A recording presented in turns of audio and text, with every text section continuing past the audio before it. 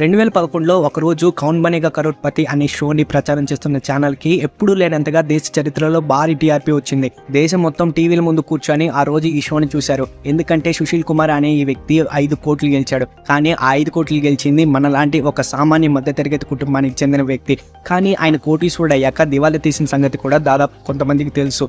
అయితే ఆ డబ్బుల్ని పోగొట్టుకొని దివాలా తీసే స్థితికి ఎలా వచ్చారు, ఆయన చేసిన మిస్టేక్స్ ఏంటి, ఆ మిస్టేక్స్ ద్వారా మనం ఏం నేర్చుకోవాలి అనే విషయాల్ని ఈ వీడియోలో డీటెయిల్గా తెలుసుకుందాం.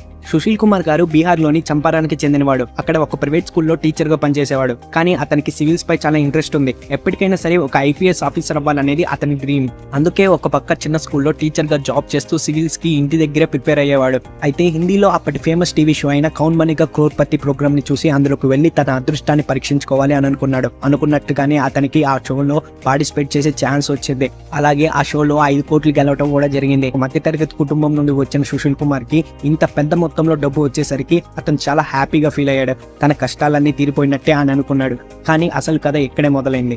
అతను 5 కోట్లు గెలుచుకున్నాక అందులో 30% గవర్నమెంట్ కి ట్యాక్స్ కట్టగా మిగిలింది 3,60,00,000. అయితే ఈ అమౌంట్ తక్కువేమి కాదు. అతని దగ్గర డబ్బులు లేనప్పుడు ఒక పెద్ద సంస్థలో సివిల్ కోచింగ్ తీసుకొని ఐపీఎస్ ఆఫీసర్ అవ్వాలనుకున్నాడు. కానీ రియాలిటీలో అది జరగలేదు. అలాగే అతనికి అంత డబ్బు వచ్చేసరికి ఏం చేయాలో అర్థం కాలేదు. అంతేకాకుండా చాలా మీడియా సంస్థలు అతని దగ్గరికి వచ్చి ఇంటర్వ్యూ తీసుకోవాలని చెప్పేసి క్యూలు కట్టారు. అతను ఒక్క రోజులోనే చాలా ఫేమస్ అయిపోయాడు. సో అతనికి ఇంతలా ఫేమ్ వచ్చేసరికి అతని కాన్సన్ట్రేషన్ మొత్తం తాను అనుకున్న సివిల్స్ పై కాకుండా టీవీ ఛానల్స్ కి ఇంటర్వ్యూ అవ్వటం, బయట జరిగే కార్యక్రమాలకి హాజరవ్వటం, ఇలా మెల్లమెల్లగా తను అనుకున్న గోల్ నుండి డిస్ట్రాక్ట్ అవ్వడం స్టార్ట్ చేశాడు. తనను తాను సెలబ్రిటీలా ఫీల్ అయ్యాడు. అన్ని డబ్బులు ఉండి చీప్ గా బ్రతికితే ఏముంటుంది అని చాలా విలాసవంతంగా బ్రతకడం స్టార్ట్ చేశాడు. ఉన్న ఊర్లో ఖరీదైన ఒక ఇల్లు కట్టాడు.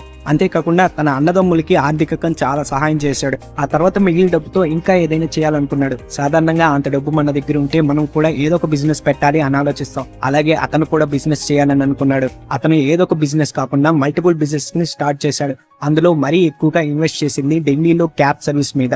కానీ అది కూడా నష్టాలు చవి చూసింది. ఎందుకంటే అతనికి ఏ బిజినెస్ పై సరైన అవగాహన లేదు.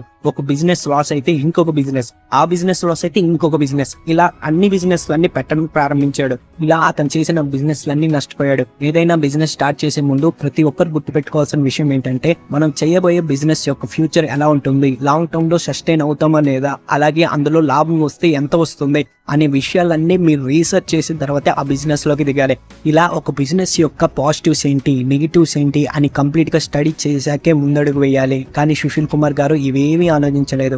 ఎందుకంటే ఒక మనిషి దగ్గర డబ్బులు అనేవి తక్కువ ఉన్నప్పుడు ఏదైనా బిజినెస్ పెట్టాలంటే 1కి 2 సార్లు ఆలోచించి పెడతాడు. కానీ అప్పటికి సుశీల్ కుమార్ దగ్గర చాలా డబ్బులు ఉండేసరికి అతని మనసులో ఏ బిజినెస్ అనిపిస్తే ఆ బిజినెస్ స్టార్ట్ చేయడం, అవి ఫెయిల్ అవటం, ఇలా ఇదంతా గమనించిన సుశీల్ కుమార్ గారు బిజినెస్ లను వదిలేసి సినిమాలపై దృష్టి సారించాడు. అలా బాలీవుడ్ యాక్టర్ అవ్వాలని అనుకున్నాడు.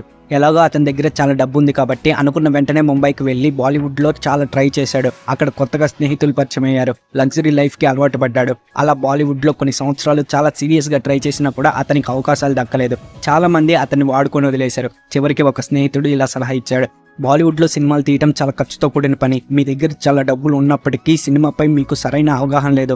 సో నువ్వు ఇంత పెద్ద సినిమాలు కాకుండా సీరియల్స్ నిర్మించడం ట్రై చేయి, లేకపోతే మీ ఊరికి వెళ్ళి అక్కడ ఏదైనా పని చేసుకోమని చెప్పాడు. అతని మాటలు విన్న సుశీల్ కుమార్ గారు తన ఊరికి వచ్చి అక్కడే ఉండటం స్టార్ట్ చేశాడు. కానీ ఇన్ని రోజులు అతనికి ఉన్న లగ్జరీ లైఫ్ వల్ల ఏ పని చేయలేకపోయాడు. సివిల్స్ పై ఫోకస్ చేయలేకపోయాడు. అది కాకుండా మద్యానికి, సిగరెట్ కి చాలా అలవాటు పడ్డాడు. ఇంక రోజు ఆయన పని ఏంటంటే పొద్దున్నే లేవటం, తినటం, తాగటం, ఫ్రెండ్స్ తో తిరగటం, విచ్చలవిడిగా ఖర్చు చేస్తూ జాలీగా రోజంతా గడపడం. ఇలా అతను ఏ పని చేయకుండా ఉన్న డబ్బుని నీళ్ళలా ఖర్చు చేసేసరికి అతని భార్య కూడా అతని కొన్ని రోజులు దూరంగా ఉంది. ఇద్దరి మధ్య చాలా గొడవలు కూడా అయ్యాయి. చివరికి ఎలాంటి స్టేజ్ కి వెళ్ళిందంటే వాళ్ళిద్దరు డైవర్స్ తీసుకునే స్టేజ్ కి వెళ్ళింది. ఇలా జల్సాలు చేస్తూ కొన్ని సంవత్సరాలు గడిచేలోపు అతని దగ్గర ఉన్న డబ్బంతా ఖాళీ అయిపోయింది. దీంతో చేసేదేం లేక ముంబైకి వెళ్ళి అక్కడ తన స్నేహితుడి గదిలో ఉంటూ స్క్రిప్ట్ రాయడం స్టార్ట్ చేశాడు. రోజు కనీసం ఒక ప్యాకెట్ సిగరెట్ తో పాటు మందు కూడా తాగేవాడు. 6 నెలల తర్వాత స్క్రిప్ట్ కంప్లీట్ చేసి ప్రొడక్షన్ హౌస్ కి ఇవ్వగా దాంతో వారు అతనికి ఇచ్చిన శాలరీ కేవలం 25,000 రూపాయలు. ఆ 25,000 రూపాయలు అతనికి కనీసం ఒక 10 రోజులు కూడా సరిపోలేదు. దీంతో అతనికి ఏం చేయాలో అర్థం కాలేదు.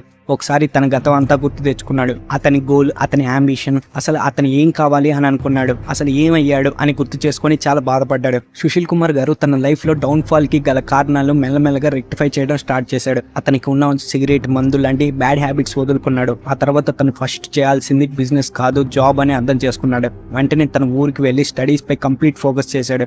ఒక 2 సంవత్సరాల తర్వాత బీహార్ టీచర్ ఎలిజిబిలిటీ టెస్ట్ లో పాస్ అయ్యి టీచర్ ఉద్యోగం పొందాడు. అతనికి వచ్చే జీతం కేవలం 18,000 మాత్రమే. ఇప్పటికీ అతను టీచర్ ఉద్యోగం చేస్తూ మళ్ళీ సాధారణ వ్యక్తిలాగానే కొనసాగిస్తున్నాడు. అతను టీచర్ ఉద్యోగం పొందాక ఫేస్బుక్ స్టోరీలో ఈ విధంగా చెప్పాడు. ఈ వీడియో నచ్చినట్లయితే లైక్ చేసి మీ బంధుమిత్రులకి షేర్ చేయండి. సబ్స్క్రైబ్ చేసుకోవడం మాత్రం మర్చిపోకండి. Thanks for watching.